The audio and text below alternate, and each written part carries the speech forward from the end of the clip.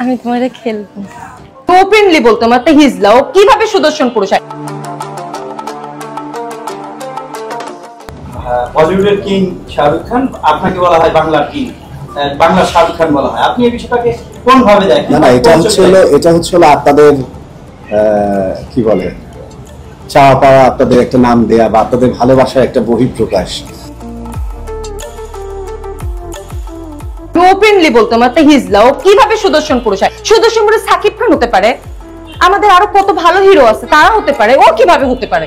একটা হিজলা এরকম, এটা কি ভাই? এটা কি মানে একটা ছেলে, এটা কি ফ্যাশন? এটা সুদর্শন পুরুষ বলেন আপনারা? মানে আপনারা বিচারক গুলোও না মানে মদ খেয়ে মনে স্টেজে উঠছিলেন উঠা। আরে এইসব আজাইরা প্রশ্ন ভাই কেন করেন বলেন তো? মেজাজটাই খারাপ হয়ে যায়। তাকে বলবো আমি তোমারে খেলবো। আমি তোমারে খেলবো। আই থিঙ্ক আপনারা কেউ নেগেটিভ নেন না, মানে আমি বুঝি না ভাই বাঙালি কেন নেগেটিভ নেয়।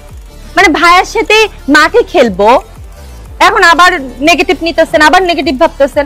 ভাই মাঠে আমরা গান করব, নাচ করব, ভালো একটা মানে গান উপহার, ভালো একটা সিনেমা উপহার করব, শেষ। এইটাই মাঠে খেলা ভাই। আপনার মাঠে খেলা বললে মানে কি না কি কোথায় চলে গেলেন, কোথাও যায়েন না। আমি কিন্তু বলছি সিনেমার মাঠে খেলবো।